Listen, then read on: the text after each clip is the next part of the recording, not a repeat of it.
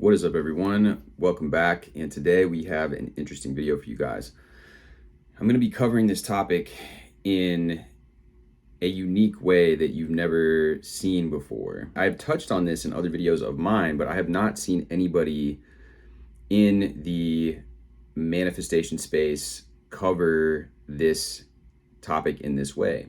So obviously, if you clicked on this, you are familiar with self-concept. You've heard that from different various people. You know, it's a very big thing. Everyone talks about self-concept. And, you know, another way of saying that is your identity. And your identity, your self-concept, is made up of your beliefs, your belief systems, which is made up of your thoughts. It's made up of the story that you tell yourself. And that's one of the reasons my free book down below, I created that book is a guide for you to identify the limiting beliefs, which is creating this low self-concept that you experience, which is creating these circumstances in your outer reality, because the outer reality reflects the internal reality. And we already know this as people who have studied law of attraction, law of assumption. We know these things to be true. So building upon this, I'm going to go into the psychological reasons why this low self-concept, low self-worth, right? Low self-esteem, faulty belief systems, limiting belief systems, and what we'll cover here in a bit. And I'm going to use Alfred Adler's theory on psychology as well as excerpts from the book, The Courage to Be Disliked, to dissect this and kind of take this in a scientific, psychological way and explain what exactly is going on. I'm also going to use the scale of consciousness that is in David Hawkins' book, if you're familiar with his teachings on power versus force. And we're going to touch on this from a few different angles. So without further ado, let's get into this. So in The Courage to Be Disliked, which is about Adlerian psychology, and the premise of this book is that all problems arise from interpersonal relationship problems. And what he bases this on is that, you know, no matter what issue we are facing in life, it's always having to do with our relationships to those around us, our relationship to the world around us. And of course, the world around us is made up of our relationships with others. We do not exist in a vacuum, right? If we were simply existing in the etheric space and all blackness, we would have no way of judging our qualities, of judging our mindset, our thoughts, our communication. And so our identity is based in large part around this comparing and contrasting that we do as human beings. So with this in mind, as human beings, we are naturally programmed to look around and assess how we are doing in comparison to those around us. And so this is something that, of course, we do consistently throughout our lives. As soon as we kind of gain conscious awareness, and as children, we are comparing ourselves and we are assessing the reactions of our parents to us to let us know and guide how our behavior evolves. What gets good reactions, what gets negative reactions and it starts with our parents, goes on to our peers and our teachers at school. And all throughout our lives, we are constantly pinging off of our environment to determine which ways to behave, which ways to assess our place in the world, and what have you, which again leads us to our self-concept. Our self-concept is based upon the stories that we are telling ourselves, upon our experience engaging with the world and making judgments about ourselves in comparison to others, right? So now that we've gotten that out of the way, the feeling of inferiority or having a low self-concept has to do with a value judgment of yourself. So it is the feeling that you have no worth, or that you are low in worth, or that you are not good enough. And I've gone in many videos before explaining how when you do get to the root belief that lies at the root of your entire belief system and the belief structure, the programming that you are running, your operating system, usually is somewhere along the lines of I'm not good enough, or I don't deserve this, or there's something inherently fundamentally wrong with me. And of course, this belief is built in the context of compared to others, right? Because the way that we can assess and develop that belief from these thought habits is by comparing ourselves to others. Oh, these people have this, these people are doing this, I'm unable to do that or achieve that result or feel good about myself when other people are, so therefore I must be inferior. I must have some sort of deficiency. I must not be good enough, right? That is the conclusion that very much tends to be at the heart of these feelings of low self-worth and low self-esteem. So, as we continue here, as we go around and assessing and comparing ourselves, that is what leads to this feeling of inferiority. Now, of course, we're always going to do that, but the healthy way that we can adopt this pattern of comparison is by comparing ourselves to our previous version of ourselves. That is the way that we can use this in a positive direction, because if we're always constantly comparing ourselves to everyone around us, especially nowadays with social media and literally looking at everybody's picture perfect moments and using that as a benchmark, we're going to have these feelings of inferiority. It is just becoming more and more prevalent in our culture that you seem to see this more and more. And the levels of depression, levels of suicide, levels of addiction are going up in our current day. So, where can we begin to correct this issue? So, of course, one thing you can do is start by going and downloading the guide that I gave you to be able to identify this. But what we're going to do in this video is we're going to cover this from this angle, looking at it from the psychological perspective. So, feelings of inferiority are things that everybody has, right? And now what I mentioned just a second ago is that to a certain degree, the feeling of inferiority can be healthy because it can cause us to strive for something better. Let's say that we are feeling like we have just been sitting around too much. We've been being lazy, right? Well, that feeling can lead us to then take action, can lead us to go get exercise, can lead us to go improve our health. And so these things are, to a certain level, absolutely healthy and normal. But where it becomes a problem is when it develops into a complex. And the issue that happens is when, if used in the wrong way, the feeling of inferiority, rather than promoting one's self-growth, can lead to making excuses for yourself, right? So they can be used as an excuse to not move forward.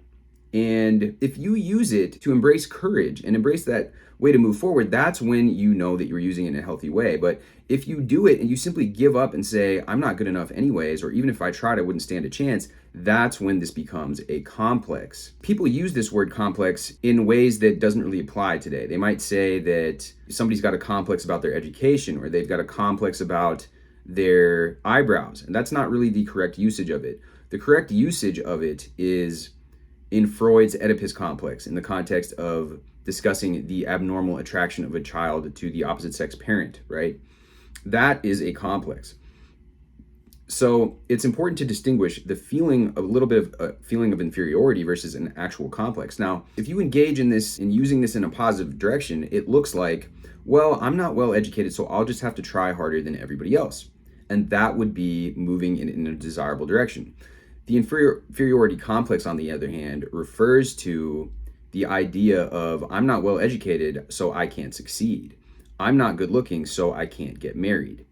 And when somebody is insisting on the logic of A, this is the situation, so B cannot be done, that is something that fits in to the complex category. And you see how this develops a problem then, because what this encourages is now lack of action, lack of purposeful direction, and lack of moving in that direction, lack of courage to face reality head on. What happens is that it becomes a crutch. So instead of saying, I'm not well educated, so I need to try harder, you're saying, I'm not well educated, so I can't succeed.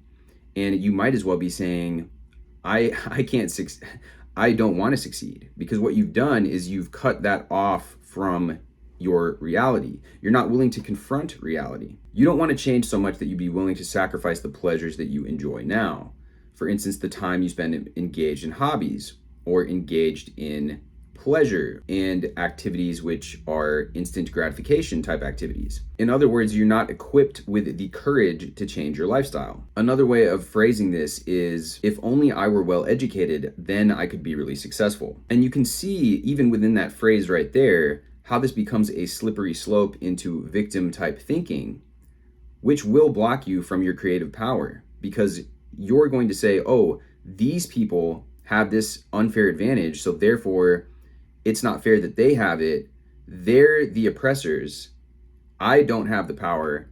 they're the ones exerting this, they're the ones that are oppressing me. And that could be reference to the system or the government or the circumstances in which you grow up or your parents, your life circumstances. Here's where we get to the interesting part. And I've talked many times about how the inferiority complex and the superiority complex are basically two sides of the same coin. That true confidence lies somewhere in the middle. It is that inner stability and groundedness and self-assuredness. And here we get into the explanation of why that is. No one is capable of putting up with feelings of inferiority for extended long periods of time. There's something that everyone has, but staying in that condition of that complex is too heavy to endure forever. So what happens because of this? People begin to compensate for this feeling. The healthy way, again, to do this is to compensate through striving and growth. For instance, it could be applying yourself to your studies, to engaging in training, to being diligent in your work. However, people who aren't equipped with that courage end up stepping out of the inferiority complex and into a superiority complex. They can't tolerate that feeling anymore. So it looks like this. A is the situation, so B cannot be done. One can't accept one's incapable self. At that point, the person then compensates by finding an easier way out. And what this is the fabrication of the feeling of superiority, the fabrication of the false self. And you've seen my recent videos on narcissism, and this is one way which narcissism manifests. It is the construction of a false egoic-based self, which is a compensatory mechanism for these deep-rooted feelings of inferiority and the inferiority complex. Now, in this book, he gives one example of this, which could be the type of person who likes to constantly boast about their achievements. Someone who clings to their past glory and is always recounting memories of the time when their light shone the brightest. The one who boasts does so only out of a feeling of inferiority, because they have something to prove. They feel the need to prove themselves. If one has true confidence, because one's feeling of inferiority is so strong, that makes them feel the need to flaunt their superiority all the more. There's a fear that if they don't do that, not a single person will accept them the way they are. And that is a full-blown superiority complex. So they are really two sides of the same coin, as we see here. Now, here's where it gets even more interesting, is that there's a pattern leading to a particular feeling of superiority that manifests due to the feeling of inferiority itself becoming intensified. Concretely speaking, this is bragging about one's own misfortune. This right here is the victim mentality. The person who assumes a boasting manner when talking about their upbringing, their misfortunes that they faced, their mistreatment. If someone tries to comfort this person or suggest a change be made, they will refuse the helping hand by saying, "You don't understand how I feel." These people try to make themselves special by way of their experience of misfortune. And with the single fact that of their misfortune, they try to place themselves above others. Take the fact I am short, for instance. Let's say that a kind-hearted person comes up to me and says it's nothing to worry about. Such things have nothing to do with the inner person that you are. You were to reject them and say, "You think you know what short people go through, huh?" No one would say a thing to me anymore. I'm sure that everyone around me would start treating me just as if I were a boil about to burst and would handle me very carefully. This victim type thinking uses misfortune to one's advantage to try to control the other party with it by declaring how unfortunate they are, how much they have suffered.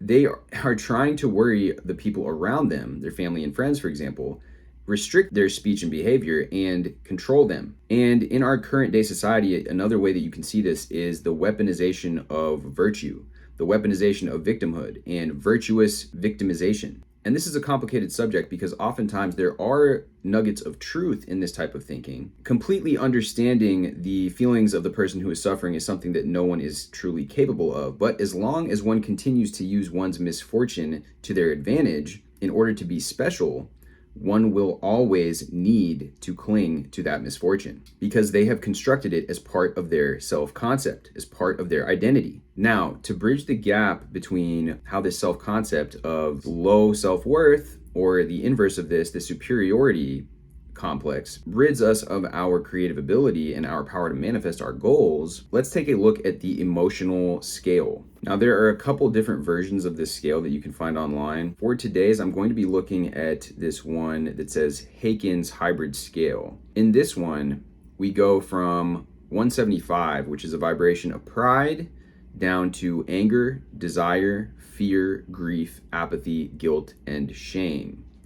And this is labeled as the victim slash abuser level of consciousness, which is the lowest vibrational energies on the scale. Now, above this, in between, you have the rational, linear, and emotional self, which includes courage, neutrality, willingness, acceptance, and then inner light, which transitions up into the higher self, beginning at 400, going from inner light to inner wisdom to inner love, and then up to oneness, presence, non-duality, awareness, and into either even higher states of consciousness, which are labeled here but are beyond the scope of today's conversation.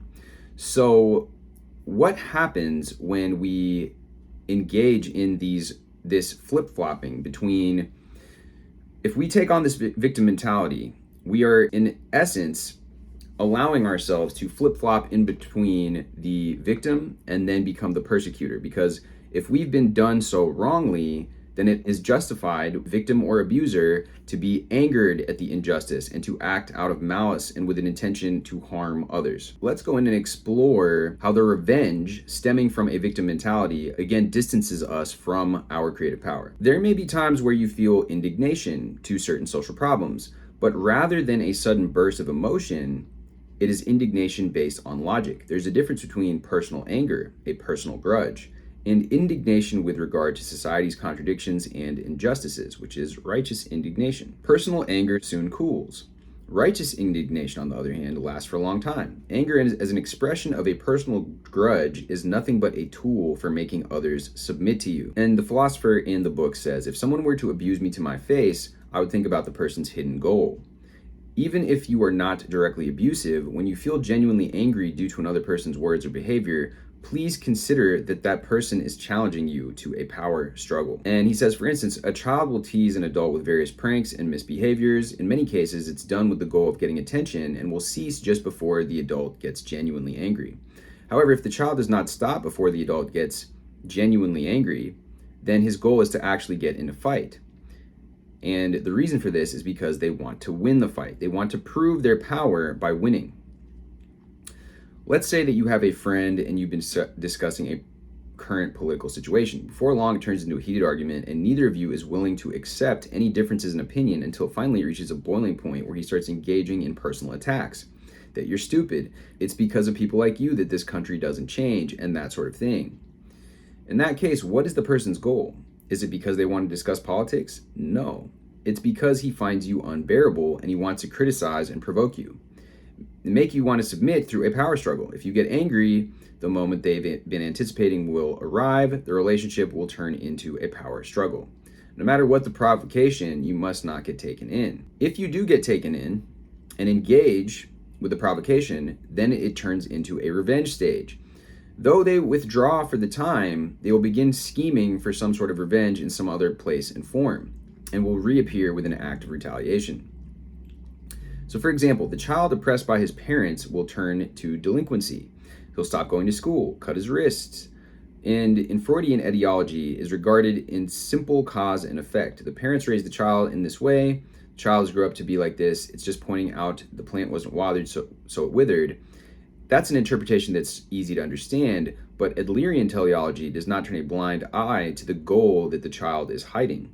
That is to say, the goal of revenge on the parents.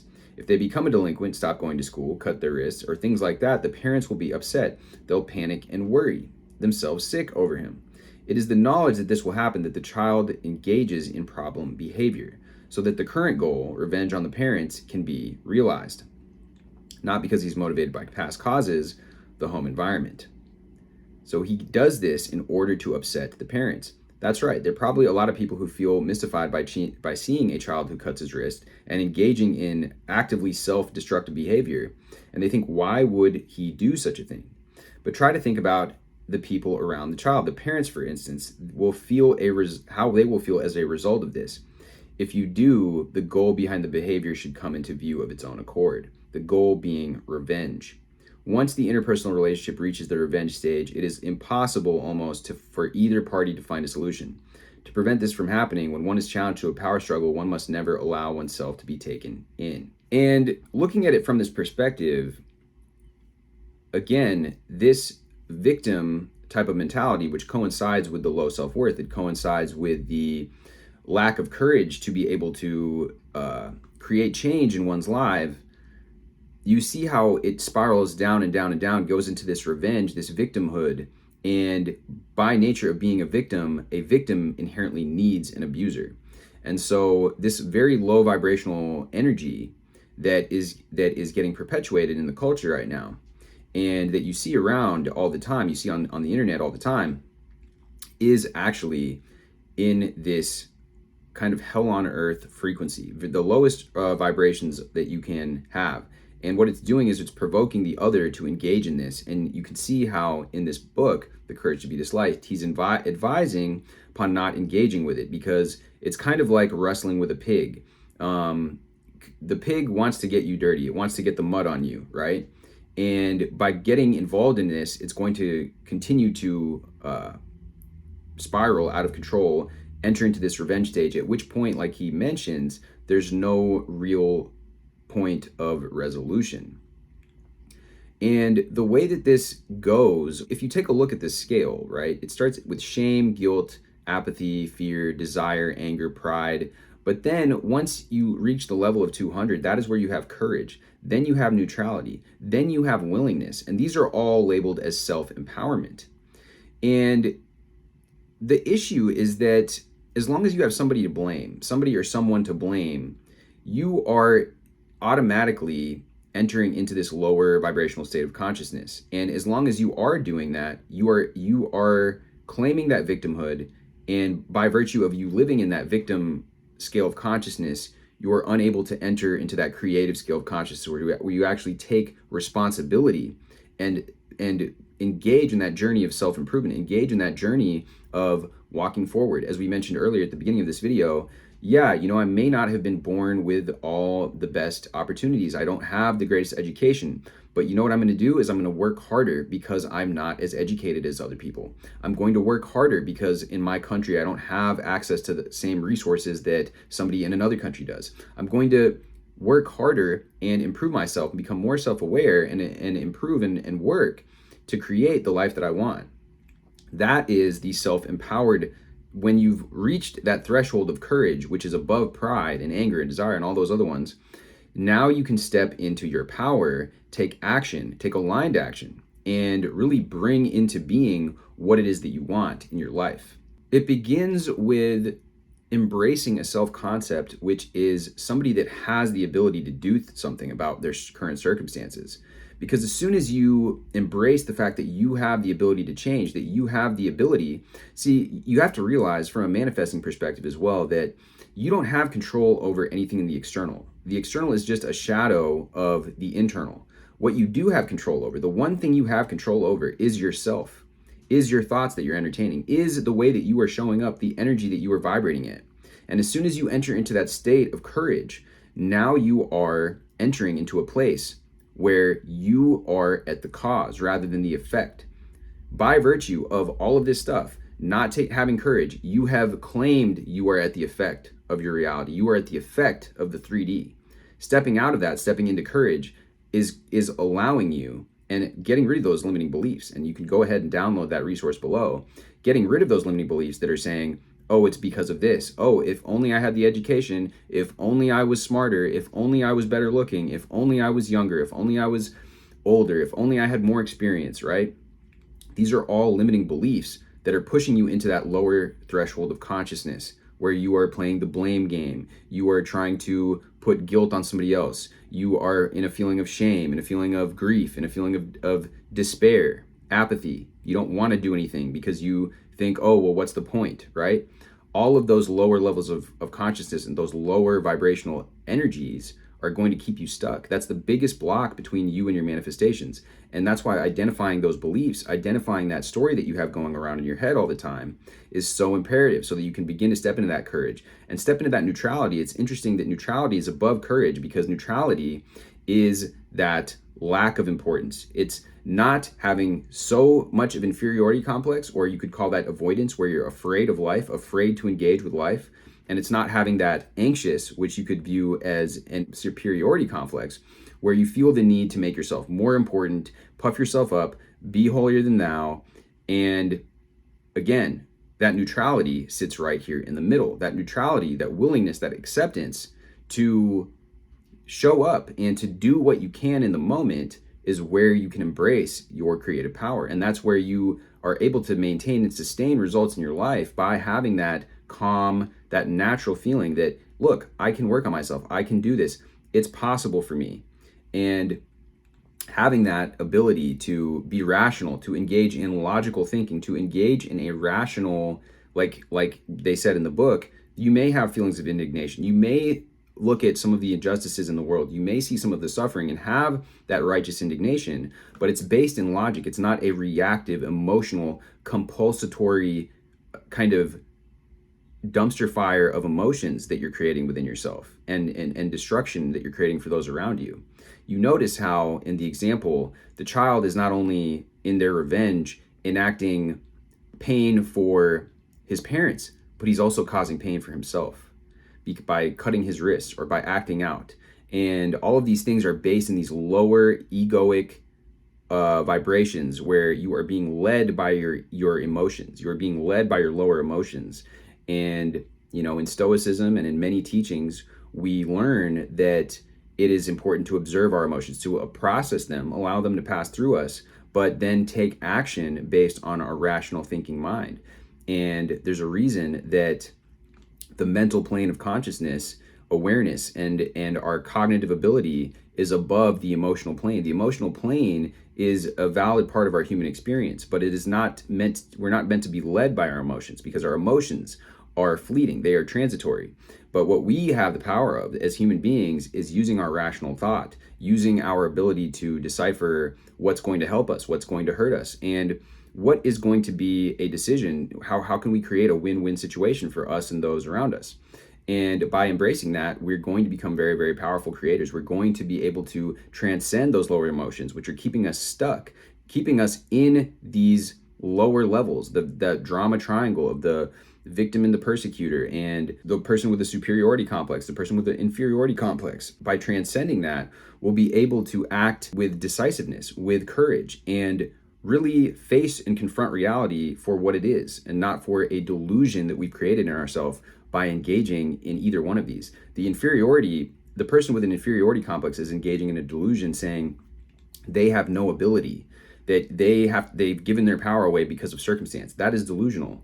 And the same on the flip side of that, the person with the superiority complex saying that they're better than everyone, they're special, that's also delusional, because although you might be special, everybody else is special too. And by viewing yourself as being above everyone and you get to take everything for nothing and that type of thinking, you're going to find that people that are like that, it catches up with them. It also, people that take credit for other people's work, it never really goes over well. People can see through it.